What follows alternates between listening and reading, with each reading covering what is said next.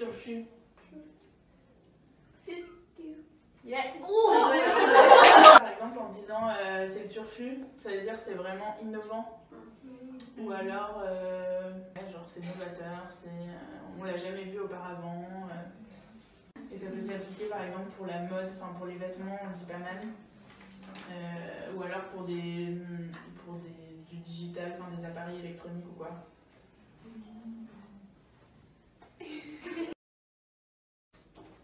Relou. L'eau.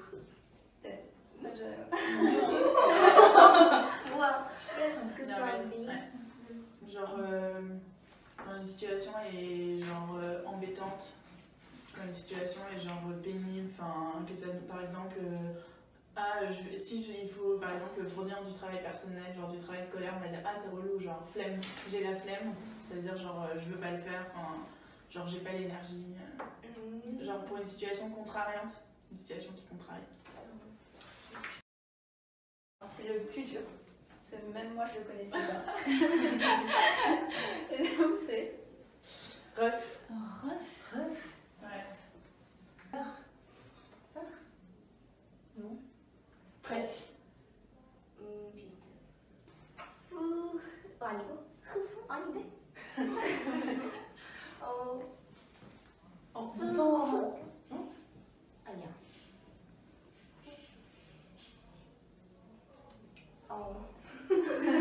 C'est pour frère, genre brother.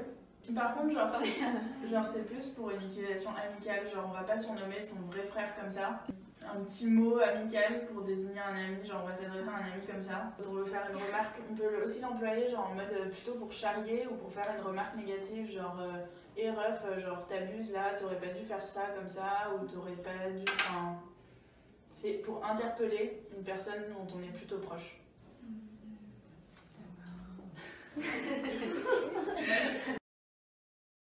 Bon, alors du coup je sais pas forcément exactement, mais du coup verlan déjà c'est le mot à l'envers pour dire à l'envers, hein, voilà.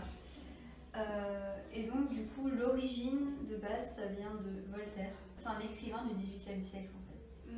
Et il a fait partie du mouvement des Lumières, et donc 17e, enfin 18e plutôt. Et donc du coup ça vient de la ville d'Hervaux. En fait il a pris Hervaux, il a retourné, et donc, du coup ça devient Voltaire. Donc ça a été genre le premier mot verlan, enfin, si on peut appeler ça un mot, du coup, parce que c'était son nom.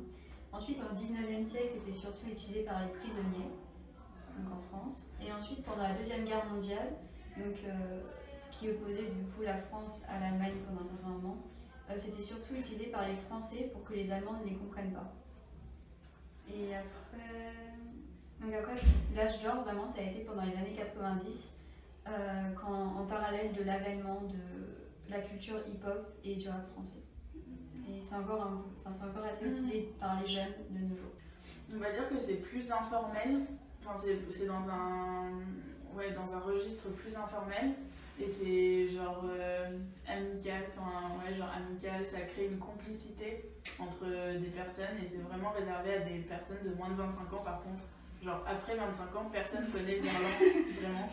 C'est vraiment informel comme communication, genre. Si on connaît pas la personne, on va pas communiquer de cette façon. D'accord. Alors, genre moi j'ai appris l'alphabet coréen la première semaine de mon arrivée parce que j'ai pensé que ça serait nécessaire. Et donc pour commander un plat ou alors quand on cherche un article en particulier dans un magasin, genre si on n'arrive pas à communiquer, c'est vraiment pas évident. Et sinon, je sais dire juste, enfin en coréen, mon langage se limite à bonjour, merci, au revoir, donc ça suffit pas. Donc, ouais. Parce que même s'il y a du wifi dans le métro, dès qu'on sort, après il n'y a plus forcément de wifi dans la rue. Donc quand on cherche un endroit et qu'on ne peut pas avoir de wifi, du coup on est obligé de demander à quelqu'un. Et donc par exemple, je sais que j'avais demandé à une fille, donc je lui avais demandé à la base en anglais, et elle essayait de me répondre, mais elle savait pas trop comment répondre en anglais. Et comme j'ai quelques notions de base en coréen pour comprendre, du coup je lui ai dit que je comprenais le coréen, ou je lui ai dit ça en coréen. Et donc du coup après elle a pu me dire comment y aller en coréen, mais du coup pour ceux qui n'ont vraiment pas de notion, ça peut vraiment être beaucoup plus compliqué. Quoi. Pour résoudre ce problème, le bébé mécoréen pourrait assister à un interprétant, le coréen vers le français.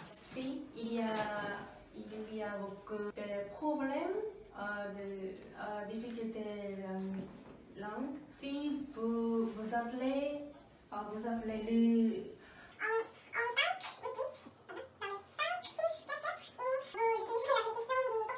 les volontaires de Veuve de Corée